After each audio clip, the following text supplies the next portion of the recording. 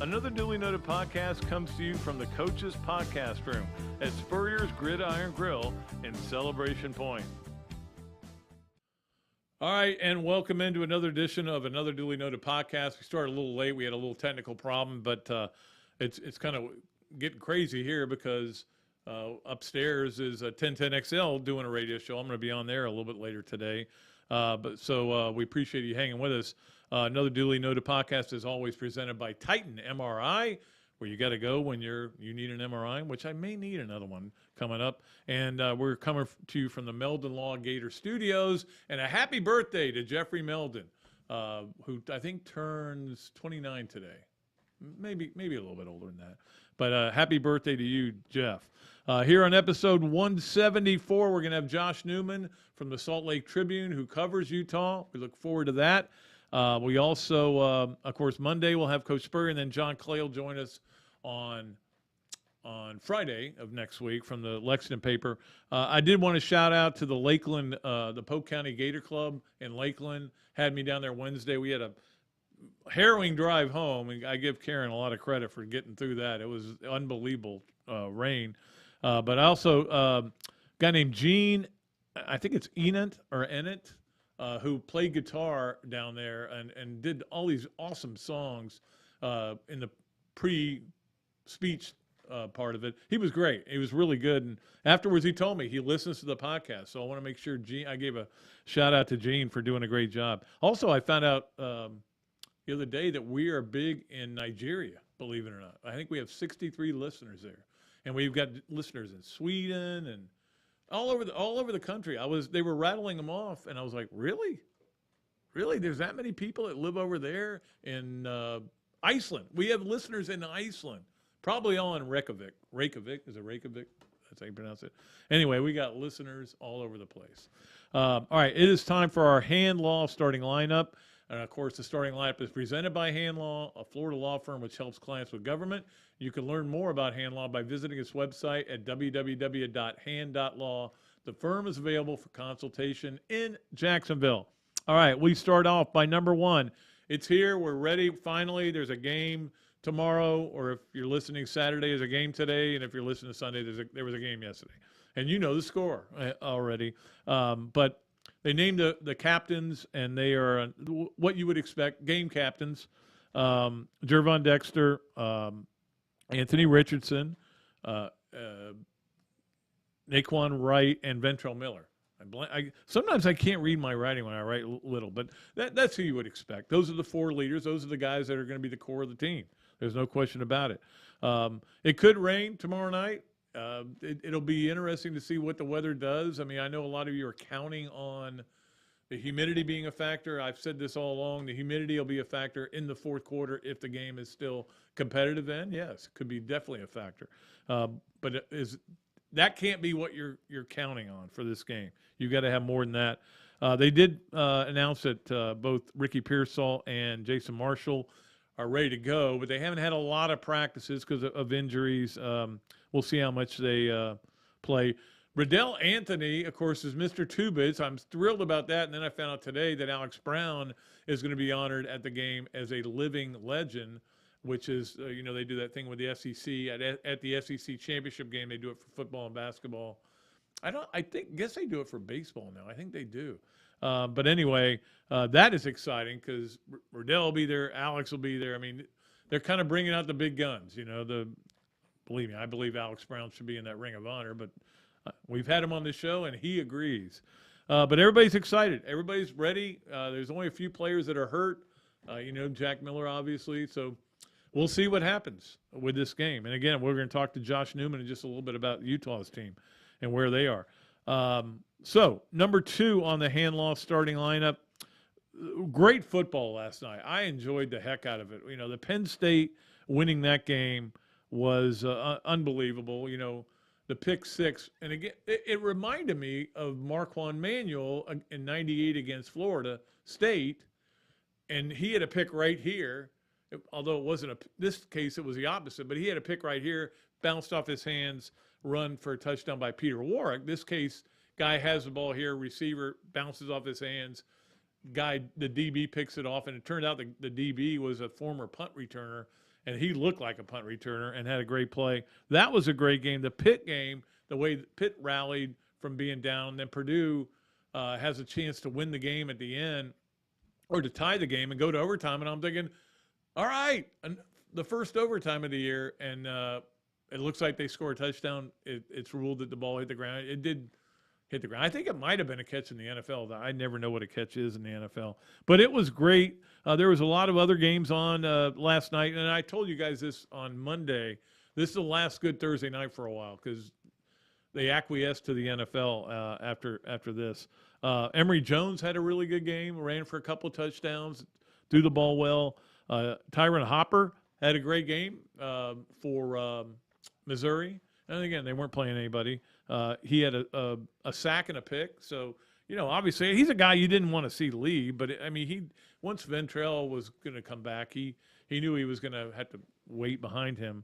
But there was one play that would qualify for our Campus USA play of the game, which we'll be doing on Mondays. And let's go ahead and roll that, Tammy. I don't know if you saw this play. This is South Carolina off the field. Would not anticipate a fake punt on 4th and 19. But I would be wrong, and there is some room. Dyson punted it late, but from well across the line of scrimmage. Everything. You've never seen everything. Something like that will happen. That's a promise. You know it will. Number 3 on our hand law of 3 things. So many blowouts being predicted. I wouldn't touch any of them. Maybe there's a reason Notre Dame is a 17-point underdog against Ohio State at Ohio State. I think Ohio State wins that game easily, but 17 would be a lot. Oregon, 17-point underdog to Georgia. Again, the game, is not a home game, but it's a neutral site game. That's an interesting question, too. Kirby's complaining about not being able to recruit to the Florida-Georgia game and not talk to recruits after the game. But why do you play a neutral site game every year then, too? I don't know. I don't know what the answer is. Arkansas-Cincy Arkansas is a 7-point favorite right now, so we'll see what happens there. But I will say this, and let's get to number 4 right now. What happened to the Nooners? The noon games all stink. No, I know there'll be one game where I go, hey, they're tied at the half. Let me flip it on and watch. But all the noon games are awful. They're just terrible. It's weird how I don't know. I just now realized it. I'm looking. I'm like, wait a minute. There's nothing to watch at noon. Now at 3:30 the games get better, but it's kind of a weird schedule. And finally on the hand law starting lineup, we get to this point, which is at the college football playoff. And again, you guys, if you're listening to the show Saturday, then you may already know the answer to this. I have not seen anything yet, but they're supposed to have a meeting virtually with the heads of the 11 conferences and Notre Dame, and to vote on college football expansion. It still feels like 12 is where they want to go. There's still 16 is still on the table. We'll see if they can agree. Everything I hear is split. They still don't know what they want to do. But if they do that, at least according to the stories that are coming out, it would actually be earlier. It would be 2024 when they would start doing that. So, look, I'm in favor of the expansion. I'm not saying it's going to be great for college football. I'm just saying it'd be great for me, and that's it's all about me, as you all know. We have said that many times. So, let us go ahead and get to a break. That is our hand law starting lineup, and again, this is another Dooley Noted podcast, and we appreciate all of you for watching. Those of you who are watching, and those of you who are listening. In Nigeria and Sweden and Iceland and Germany, Czechoslovakia. I don't know if they're listening to us in Russia or the Ukraine. I think they're busy with something over there. They probably haven't gotten into that yet. But one day we will be there.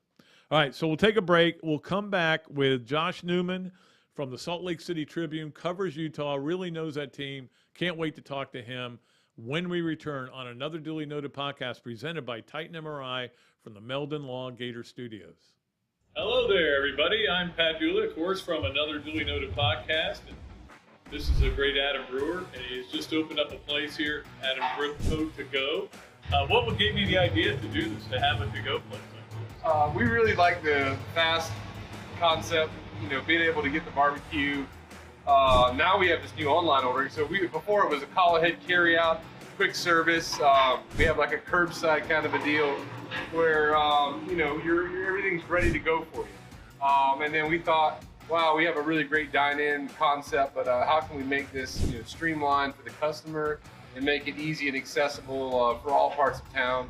Adam's Rib Co. To Go. Come on down and enjoy it.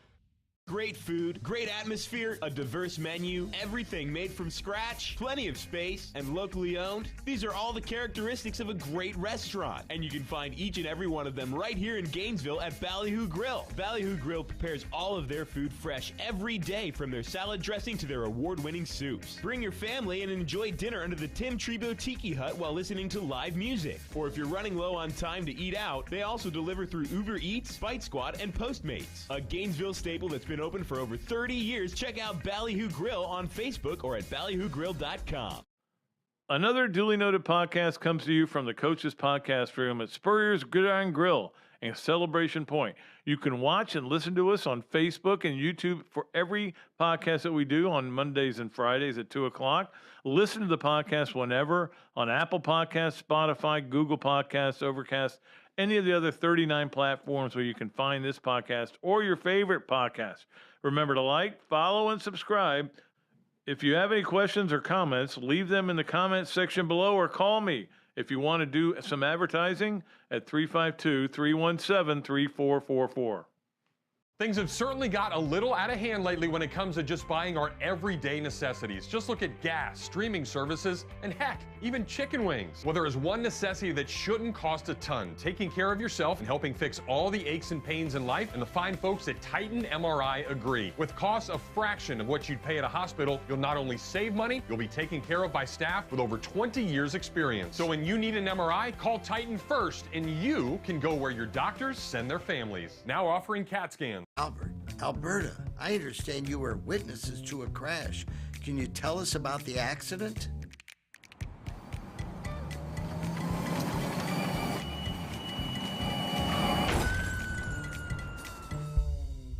When you're in a crash, it's important to get witness statements immediately after the accident.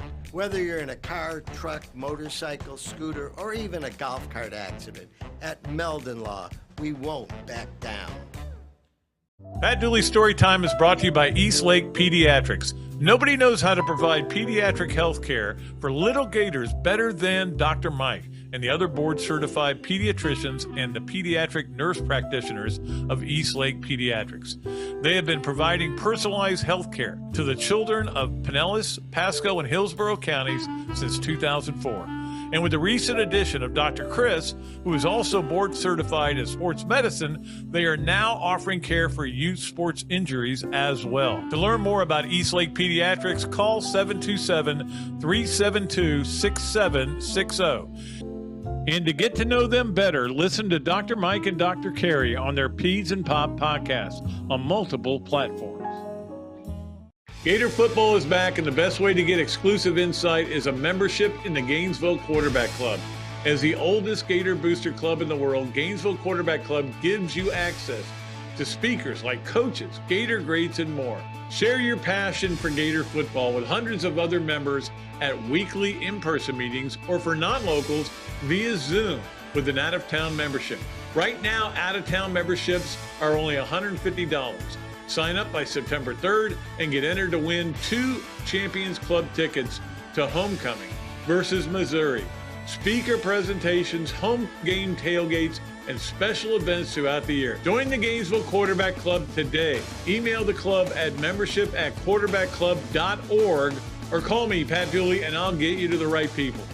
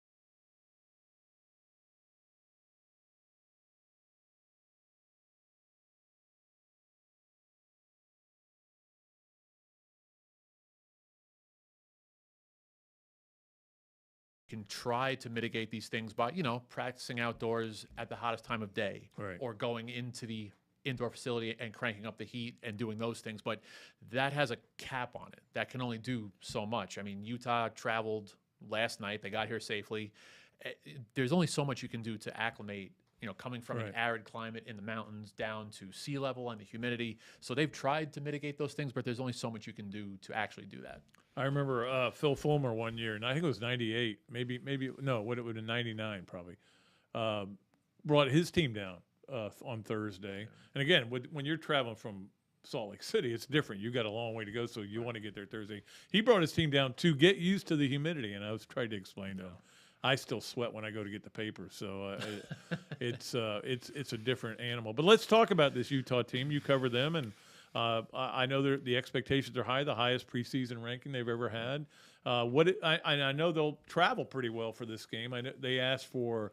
They got 3,000. They asked for another 15. They got 3,000 initially. They asked for more. They got 1,500 more for a total of 4,500. They got rid of all 4,500. That's only through the Utah ticket office. And then the secondary market. And buying directly through Florida. So, the athletic director, Mark Harlan, like 2 weeks ago, guesstimated like 12,000 Utah fans, which is, look, it's a 2,200-mile flight. It's not like it's around the corner. If you get 10,000, 12,000 people in red, I mean, I think that's a really good showing by Utah fans. And again, this is why you schedule a team like Utah. You schedule Texas, which Florida had already done even before. You schedule even I don't know about Cal traveling, but but for you and for all these fans, to see the Swamp, it's an iconic stadium, and people go, I want to go to the Swamp. I've always watched it on TV because Florida was such a big deal for so long. Again, you and I were talking off air. I mean, this is a destination type of trip for Utah fans. Right. As you said, it's the Swamp. It's SEC country. This isn't something that's happening for Utah every year. You're near Orlando. If you have young kids, let's go to Disney on Thursday, Friday, make a whole weekend out of it. Or Monday, Or Monday, right? Long weekend. So, Utah fans generally travel really well. But look, if you're trying to decide, if you're looking at Utah's schedule and you're trying to decide, okay, what do I want to travel to? Traveling to Gainesville seems like an obvious choice. Well, and that's the thing. I know that the Gator fans are counting on, and so is Billy Napier, counting on that noise to be a factor in this game. But I know that Utah has played in some tough places, like Oregon is always tough. But what do you think it's going to be like for them, and the culture shock of dealing with that kind of crowd? I think the first offensive series, the first two offensive series are going to tell you something. I certainly think that Utah's going to have to deal with the initial wave, so to speak, of the noise and the crowd and the heat and the humidity. And if you can survive that initial wave and you don't turn the ball over and you don't do anything crazy, I think Utah's going to be all right. But there's certainly something to be said again for the weather and the crowd and the atmosphere. Utah's certainly going to have to deal with those things. When you see them ranked number 7 in the country, was your first reaction that's a little high, or that's a little low, or that's just right? I thought it was a little aggressive. I mean, look, this has been a topic of conversation since the spring. Once it became clear who was leaving for the NFL draft and who was coming back, and you start counting like starters coming back, and you look at the rest of the country, the rest of the conference. I thought, this is me as being, a pessimist maybe, or I thought like 10 or 12, sounded about right. The way too early polls that you see from The Athletic and CBS Sports and everything, they had Utah as high as 4, which I thought was really aggressive. 7 feels a little high to me, but look, preseason rankings, you've been doing this a lot longer than I, Pat. Preseason rankings are based on what you did last year and on paper what you're projected to do this year, neither of which mean anything. Okay, so a preseason poll is essentially, at best, an educated guess. So we'll see what happens. Yeah, absolutely. Well, I mean, the question all Gator fans that are watching this, and some of them in Iceland, right? Nigeria, we just talked about that, is how does Florida attack this team? We don't know because we don't get to watch practice. But if you were going to attack them, where are the weak spots for this Utah team, which returns so many good players? Well, let's not make it sound like I get to watch practice, right? I don't get to watch practice either. So where to attack this Utah? Does anybody watch practice anymore? Yeah, there are some schools that still give you the stretching in the first 20 minutes, but I digress. Where to attack this Utah team? I mean, there's a big question at linebacker. Devin Lloyd, right, the All-American linebacker, now a rookie with the Jacksonville Jaguars. Nephi Sewell, the other fine Utah linebacker. He's gone. So what are we looking at here at linebacker? A name that all Florida fans should know. Mo Diabate is a transfer, right? He comes into Utah with a bunch of SEC experience. Pencil him in as your MAC linebacker. Karenni Reed, young kid in his second year, played well in short stretches when Devin Lloyd was injured or suspended for a targeting penalty, what have you. So, you pencil him in. So it's Diabate and it's Karenni Reed. And then there's a young kid, a true freshman by the name of Lander Barton, four-star kid, local from Utah. The Barton family is, Utah athletics royalty. Both brothers are in the NFL. His sister was a all-world volleyball player. So, questions, right? Can Diabate, step in right away and at least fill some of the void left by Devin Lloyd?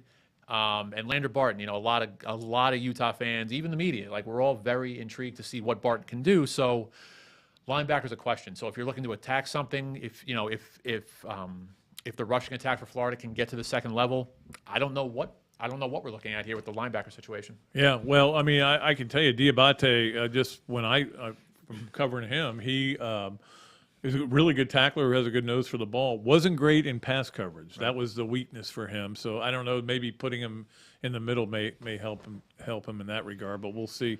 I'm curious to is the expectation level too high for the fans, or are they just enjoying kind of the glow from the Pac-12 championship of last year? Well, I mean, look, the entire fan base is still on cloud nine, just the way things went last year, and it was a weird year. Cam Rising did not, he lost the quarterback competition to Charlie Brewer, right, the highly touted Baylor transfer, who threw for 10,000 yards at Baylor. Brewer didn't work out. Things come back around to Rising, and he was terrific. They win 9 of 10 to get to the Rose Bowl, and then they play this iconic Rose Bowl game, which they lost to Ohio State. So the fan base is still absolutely on this high coming off of last year, and feeling good about the number 7 ranking and the whole thing. I've been writing and saying this ad nauseum for months. I think where Utah's program is right now, the reasonable, rational, attainable goal every year is to at least be challenging for the Pac-12 championship. Right. No reason they can't be doing that every year. But in some years, like this one, where you have so much coming back, right, with the quarterback and the running back and 2 legitimate pass-catching tight ends, in some years, maybe you can dream about the college football playoff. I'm sure the viewers know, right, the Pac-12 has not fared well in the college football playoff. They've only gotten there twice. Right. No berth since 2016. So this Utah team on paper coming into the year, I think should be thinking college football playoff. This opener tomorrow is the most important opener in the history of Utah football. If you win this game, everything is on the table.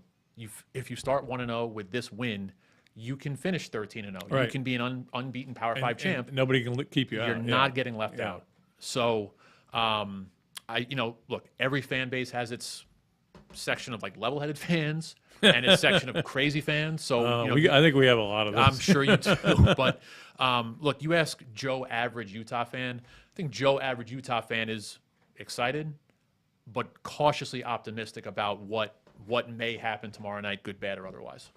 Who is the best player on that team? Is it the Thomas? Is it Rising? I mean, who is the guy that Florida's got to watch out for? Best players in the beauty is in the eye of the beholder. I mean, look, Rising was terrific. Again, they didn't ask.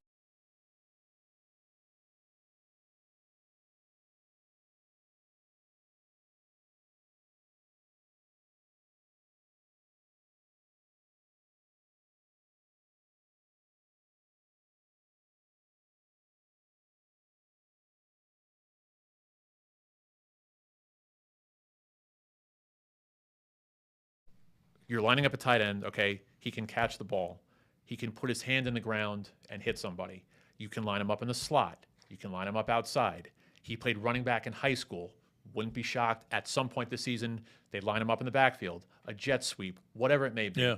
Keithy just does so much for the offense, and he is such a security blanket for Rising that if, God forbid, something were to happen to Brand Keithy, this Utah offense would be down a very dynamic option. What about them on the offensive line? I know they've got some holes there, and we'll see how. And again, this is Florida does have a lot of guys back, and of course Osiris Torrance, who was preseason All-SEC and preseason All-American, but we haven't seen these guys play together, and we haven't seen them. Florida have a great offensive line since the Pounceys were both here. So, what about for Utah?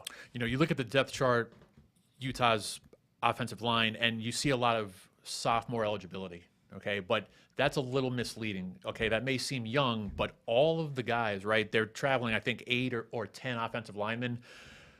Like 80% of those guys have seen real live game reps in high leverage situations. So, I mean, you look at it. Your left guard, Keaton Bills. He's the incumbent at that position. Sataoa Laumea, your right guard, also the incumbent. Okay, these guys started, right? Pac-12 championship game, Rose Bowl. Last season's right tackle, Braden Daniels, who is just a mountain of a human being. Braden Daniels moves from right tackle to left tackle to protect Rising's backside. So that's 3 guys with a great deal of starting experience. Your center, Paul Miley. You're replacing a guy by the name of Nick Ford, who was your most versatile offensive lineman. Nick Ford did everything for that offensive line. So, again, Miley has played, bit of a younger guy, not a ton of experience, but he's got some game experience. It's not like you're throwing a true freshman out there.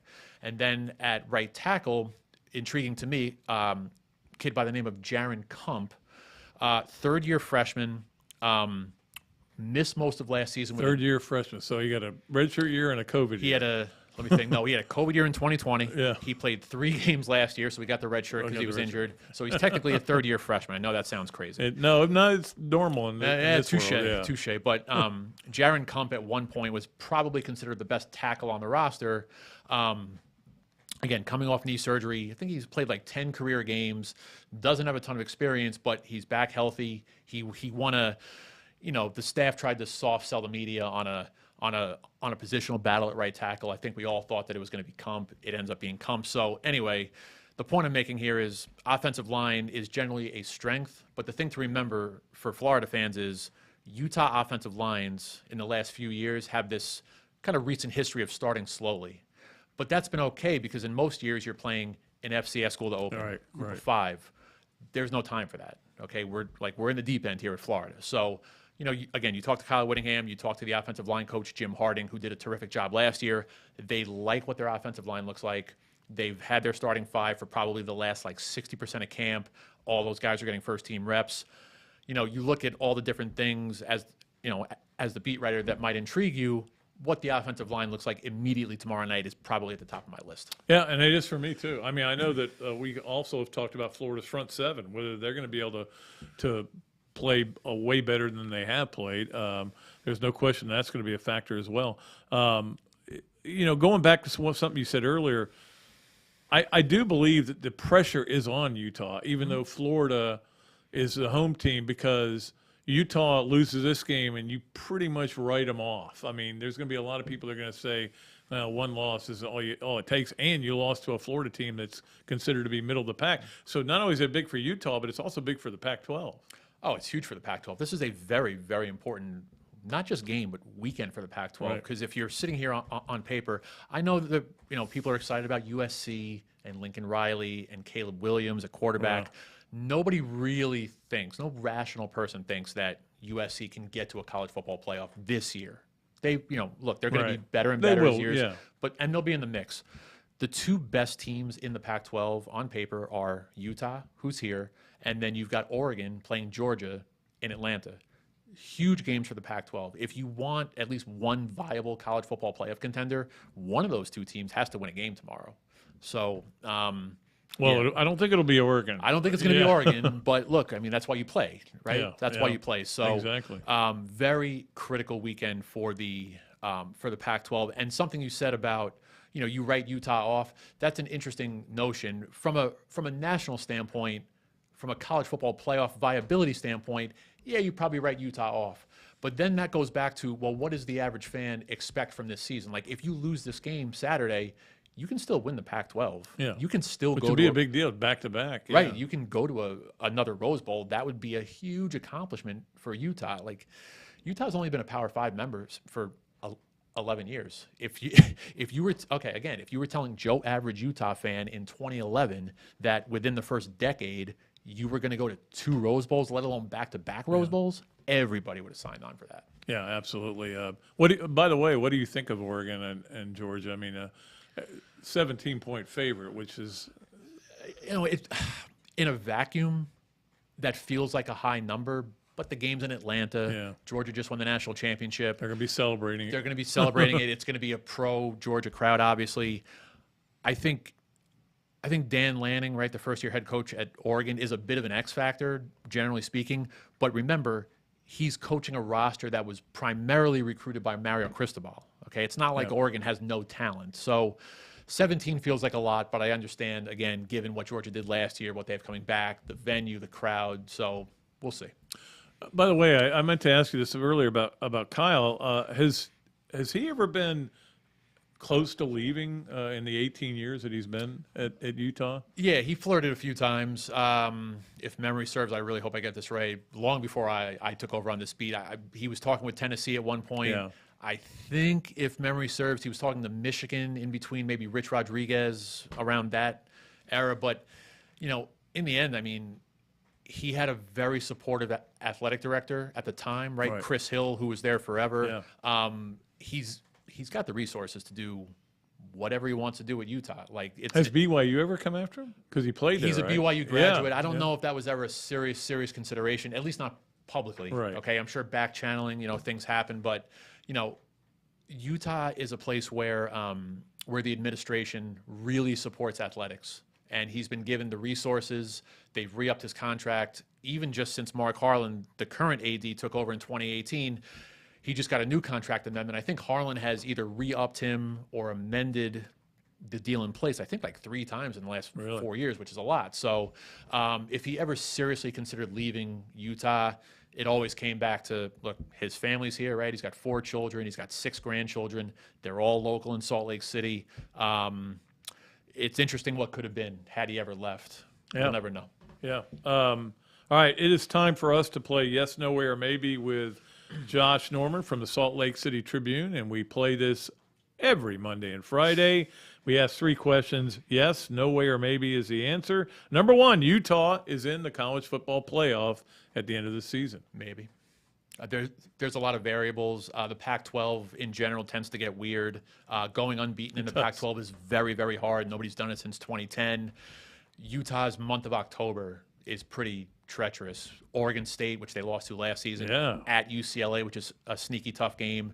USC, which is like the perceived clash of the Titans, essentially. And then they go to Washington State off a bye on like a Thursday night up at Washington State. The weather could get weird. It's a wonky environment anyway. It's gonna be it's gonna be tough to run the table.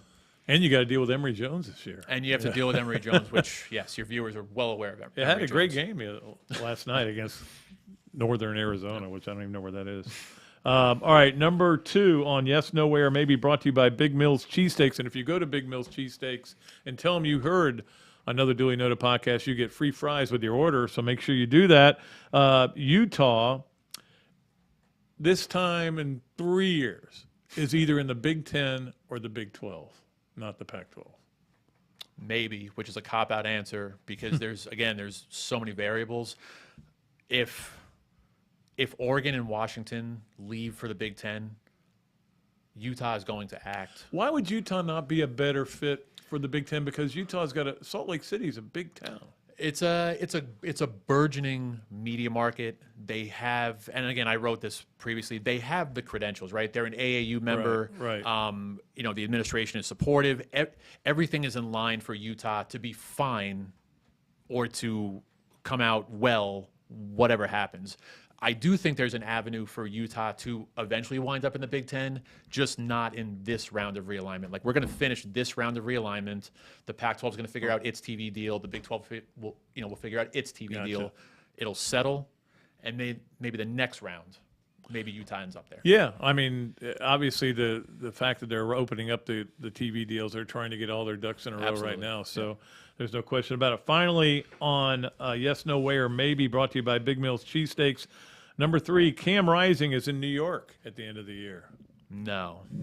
And I say that because, again, and as I said earlier, Utah is predicated on running the ball. They're really balanced. Though. They're more balanced than they've been in years past. Is Rising capable? Yeah, but I keep going back to they're gonna lean on the run. And when I say lean on the run, that could be like 55-45 or 60-40. I don't know that Rising is gonna have enough opportunities, enough stats, enough passing attempts. Interesting. You know, I did a podcast interview yesterday with a Florida journalism student, and one of his final questions was, is this game Saturday against Florida, is this a real opportunity for like a Heisman moment for Rising? And I thought that was interesting. You don't really have, quote, Heisman moments until like late October or November, but a high profile game like this, like in this environment, it's on ESPN, it's on primetime. Yeah, you know, why can't Saturday be a Heisman moment opportunity for this kid? A lot of eyes on this game. I mean, to me, it's the most. I don't know if it's the most important game of the year, of the week, but I mean, everybody will say Notre Dame, Ohio State, but this game's a 3-point spread. So I mean, it's huge for both sides, and obviously for Florida trying to get off to a good start. All right, that is Yes, No, Way, or Maybe, brought to you by Big Mills Cheesesteaks, and he has been Josh Norman all day, and he's going to continue to be for the Salt Lake City Tribune. We appreciate his time. Thanks so much for joining us. Thanks for having me, Pat. All right, we will be back with all of our fun stuff when we come back on Another Dooley Noted Podcast presented by Titan MRI from the Meldon Law Gator Studios. Hello there, everybody. I'm Pat Dooley, of course, from Another Dooley Noted Podcast. And this is a great Adam Brewer, and he has just opened up a place here, Adam Brewer To Go. What gave you the idea to do this, to have a to-go place? We really like the fast concept, you know, being able to get the barbecue. Now we have this new online ordering. So before it was a call ahead carry out, quick service. We have like a curbside kind of a deal where you know, everything's ready to go for you. And then we thought, wow, we have a really great dine-in concept, but how can we make this, you know, streamlined for the customer and make it easy and accessible for all parts of town? Adam's Rib Co. To Go. Come on down and enjoy it. Great food, great atmosphere, a diverse menu, everything made from scratch, plenty of space, and locally owned. These are all the characteristics of a great restaurant, and you can find each and every one of them right here in Gainesville at Ballyhoo Grill. Ballyhoo Grill prepares all of their food fresh every day, from their salad dressing to their award-winning soups. Bring your family and enjoy dinner under the Tim Trebo Tiki Hut while listening to live music. Or if you're running low on time to eat out, they also deliver through Uber Eats, Bite Squad, and Postmates. A Gainesville staple that's been open for over 30 years. Check out Ballyhoo Grill on Facebook or at ballyhoogrill.com. Another Duly Noted Podcast comes to you from the Coach's Podcast Room at Spurrier's Gridiron Grill and Celebration Point. You can watch and listen to us on Facebook and YouTube for every podcast that we do on Mondays and Fridays at 2 o'clock. Listen to the podcast whenever on Apple Podcasts, Spotify, Google Podcasts, Overcast, any of the other 39 platforms where you can find this podcast or your favorite podcast. Remember to like, follow, and subscribe. If you have any questions or comments, leave them in the comments section below or call me if you want to do some advertising at 352-317-3444. Things have certainly got a little out of hand lately when it comes to just buying our everyday necessities. Just look at gas, streaming services, and heck, even chicken wings. Well, there is one necessity that shouldn't cost a ton: taking care of yourself and helping fix all the aches and pains in life, and the fine folks at Titan MRI agree. With costs a fraction of what you'd pay at a hospital, you'll not only save money, you'll be taken care of by staff with over 20 years experience. So when you need an MRI, call Titan first, and you can go where your doctors send their families. Now offering CAT scans. Albert, Alberta, I understand you were witnesses to a crash. Can you tell us about the accident?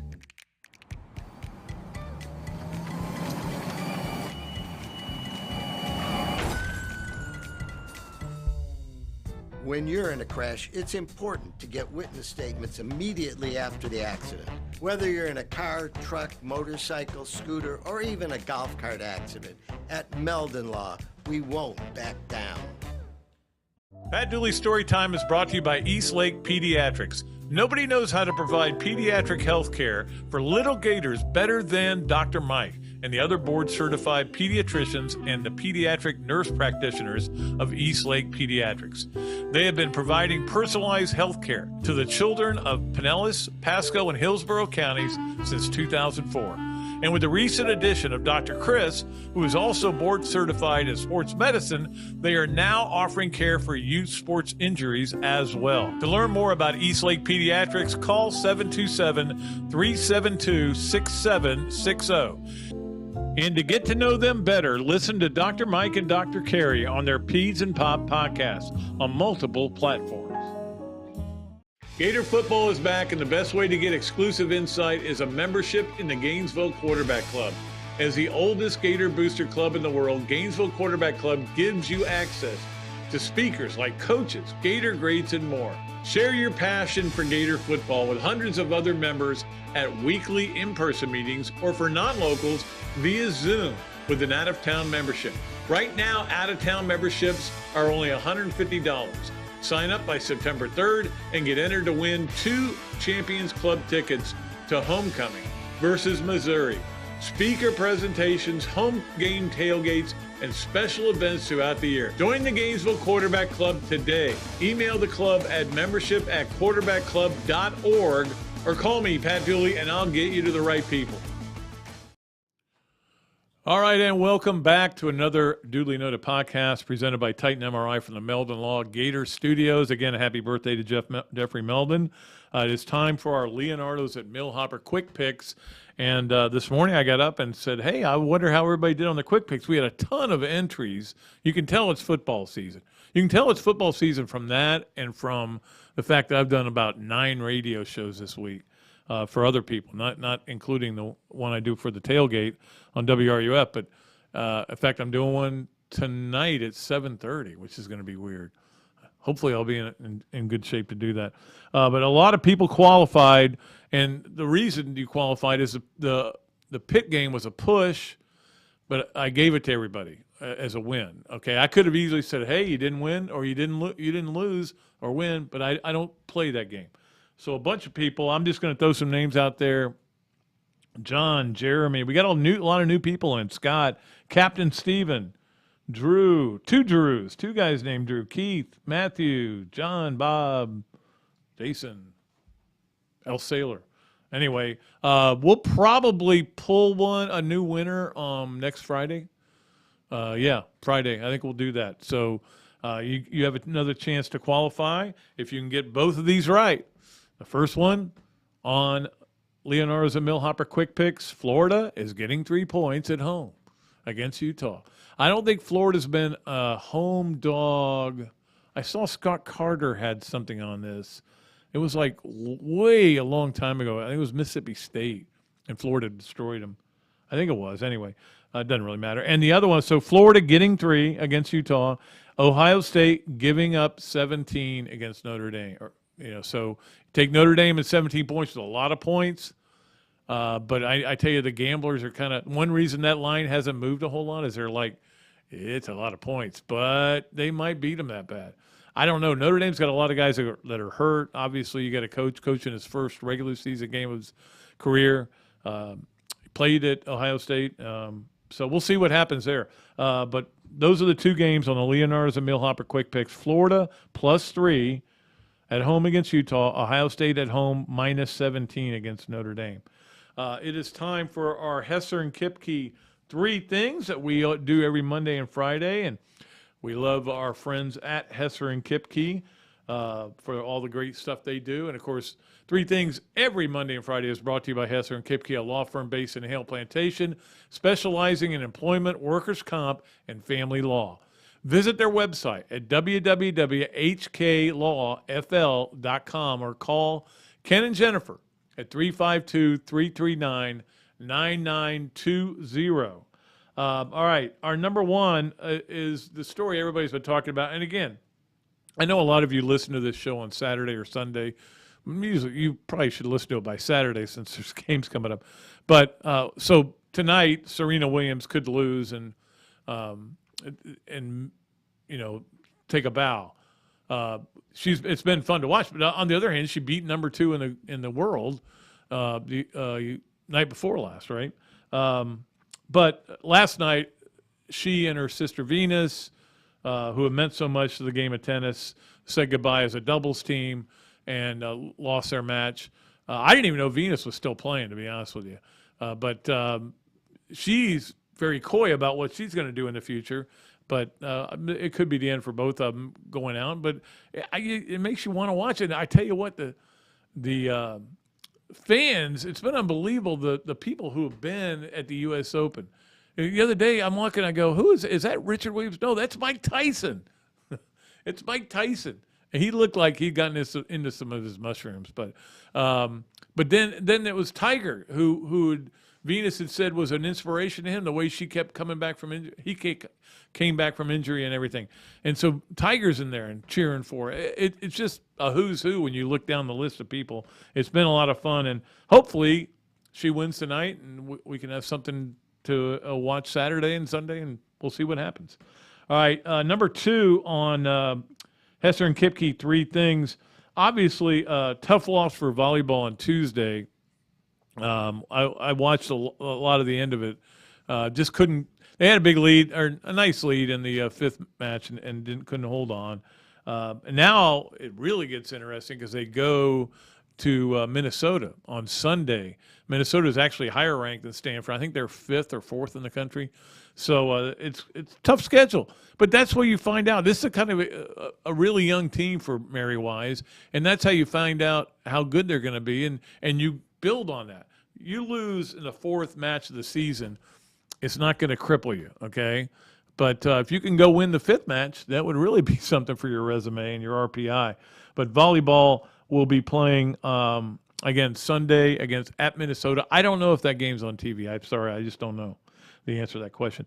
Number 3, Russell Wilson getting a $245 million extension. I still don't understand why the Seahawks traded him. I don't even know what that was all about. It was weird. But anyway, he got a huge extension, and a lot of people are saying, well, now he's not going to be able to get any players because they're not going to be able to spend money because of the cap. And the NFL can be very confusing. It's almost more confusing than college football, where you have NIL and all that stuff going on, transfer portals. But Russell Wilson, it's a lot of money. I think $150 million might be guaranteed.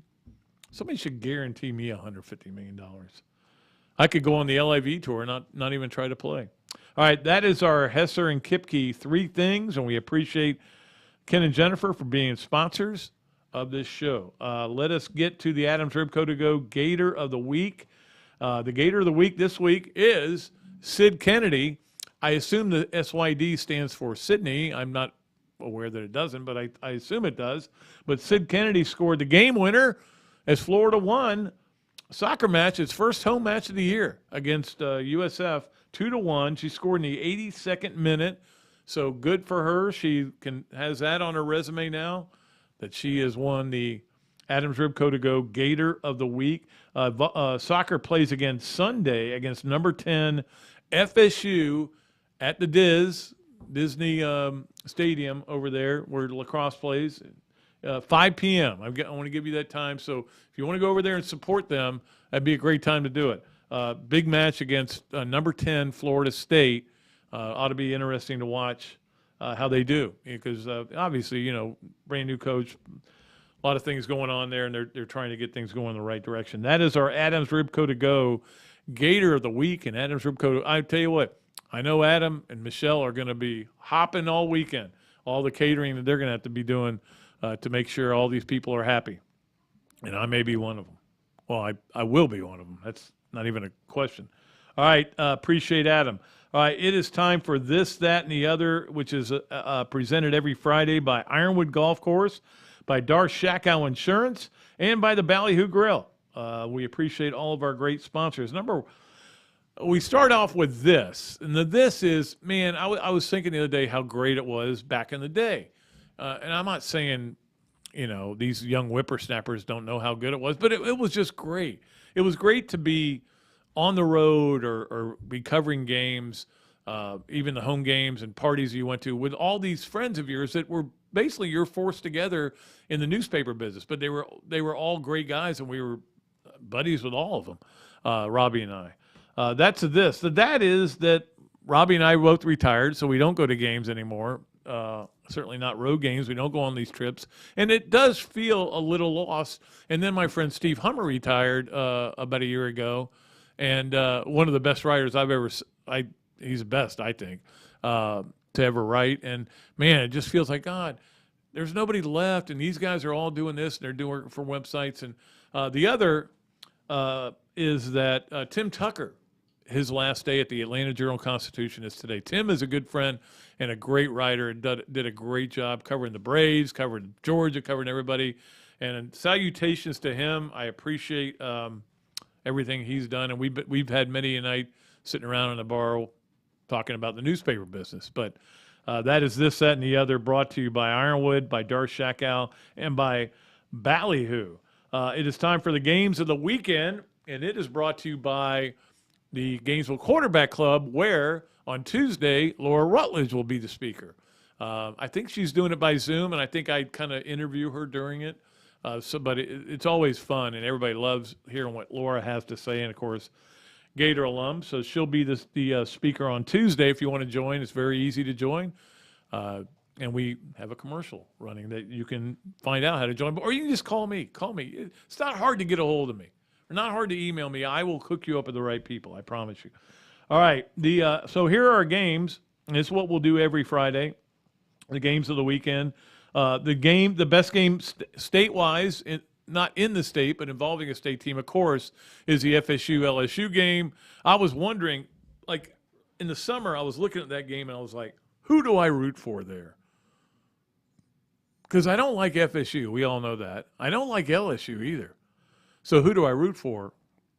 And then I was listening to, I think it was one of the Sirius shows in the morning, and they started playing the FSU war chant, and I went, no, I know who I'm rooting for. I know who I'm rooting for. I'm rooting for LSU.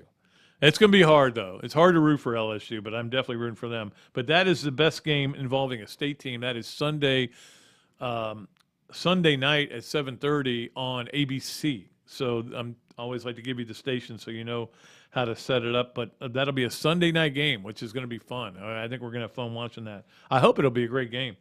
The best game in the SEC, other than the Florida-Utah game, is Cincinnati at Arkansas. Arkansas, I said earlier, is a 7-point favorite. That game is on at 3:30 on ESPN, so that'll be a fun one to watch. I think Arkansas being such a big favorite over a team that was in the playoff last year, but again, they lost their quarterback, and they have not announced who their quarterback's going to be, and they won't announce it till the game. I think it's them, Ole Miss, LSU. There are a couple of teams that still haven't announced. I don't know. Maybe LSU did announce. All right, and the national game, of course, is Notre Dame at Ohio State, just because the brand. That's the only reason it's a national game of the year. Now, Notre Dame obviously was in the playoffs last year. They had they had a chance to get in the playoffs. They almost got in the playoffs. Didn't they finish fifth, I think, on the final playoffs? And they're fifth going into this year, which is way overrated. Not only that, but they've lost some players to injury. So, I hope it'll be a good game. But Ohio State's offense is so good, it's hard to imagine that it will be. Those are our games of the weekend, brought to you by the Gainesville Quarterback Club. Let us wrap it up. We'll get out early if you're watching it live, but a little early. I mean, early if you're listening to it at another time, but late if you're watching it live. Does that make any sense? No. Okay. All right. Time for Pat Dooley's Story Time, brought to you by Eastlake Pediatrics. We appreciate Eastlake Pediatrics. And here's a story I'm going to tell you today because of this big trade that went down. Donovan Mitchell, of course, going to Cleveland from Utah. And in return, among the players they got was Colin Sexton. And I didn't even know Colin Sexton was playing for Cleveland because I don't watch a lot of NBA. But it reminded me of a story, and I decided to tell you guys here today because it's Pat Dooley's Story Time. But the story was I was at the SEC tournament. One of my favorite things in the world is to go to the SEC basketball tournament. I love it. I love watching all the games. I love watching games I don't have to write about. I love going to the games. And, of course, Florida, the longer they're there, the more fun it is.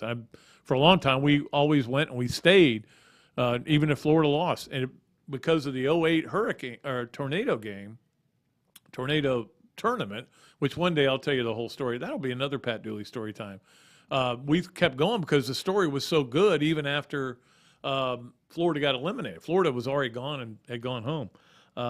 But anyway, I was there, and Paul Feinbaum had asked me to come on the show, and he was set up on one of the higher floors. So I said, yeah, I'll get there. And he said, when do you want me? I said, he told me what time. I go, well, okay. So I walk up, and it's overtime in Alabama's first game, and I can't remember who they were playing, to be honest with you. And I'm standing there watching it, and there's a woman who keeps leaving. She keeps coming in, standing there, and then walking back out. And finally, Colin Sexton hits this great twisting shot to win the game, and she literally, the woman comes in and goes, "What happened?" I go, "Well, Colin Sexton hit the shot to win the game just now, and the game's over." And she goes, "That's my son." I go, "Well, why were you out here watching?" She goes, "I couldn't watch. I was too nervous." And I go, "Well, you're going to have a good night tonight because you're going to be able to talk to Colin about how this great shot he hit. And you can watch it on replay, and it'll be a great night." And then I walked over and did Feinbaum's show and actually told him the story on the air. But I'm telling it to you now on Pat Dooley's Story Time. Okay? All right. That is going to do it. Looking forward. I'm going upstairs to talk to Frank Frangie and be on that radio show, another radio show. And then I'll go do our show with Jeff Cardozo from the Hilton. A lot of stuff going on. It is a game week, man. It doesn't get any better, and it's a happy game week in a lot of ways. It's a sad game week, and one other thing I wanted to mention, that the wife of Wayne Peace passed away while I was down in Lakeland or the day before. And, of course, that hit them hard because he still lives there and does great stuff. She had a weird cancer, and it just sad story. They were Ken and Barbie, they were the perfect couple, and Melanie is her name, and all our prayers go out to that family, believe me. Sorry to leave you on a down note, but I wanted to make sure I mentioned that and let everybody know if anything comes up where you can help with anything, I'll let you know as well. And anyway, that is the end of our show. So I hate to do it on such a sad note, but Jason and Tammy, thanks a lot for the production. And we will be back Monday with the head ball coach. And guess what? We'll have to talk about a game that was played by two football teams. One of them was Florida. It'll be great. It'll be awesome. Until next time, I am Pat Dooley saying I am deep, I'm way back, and I am out of here.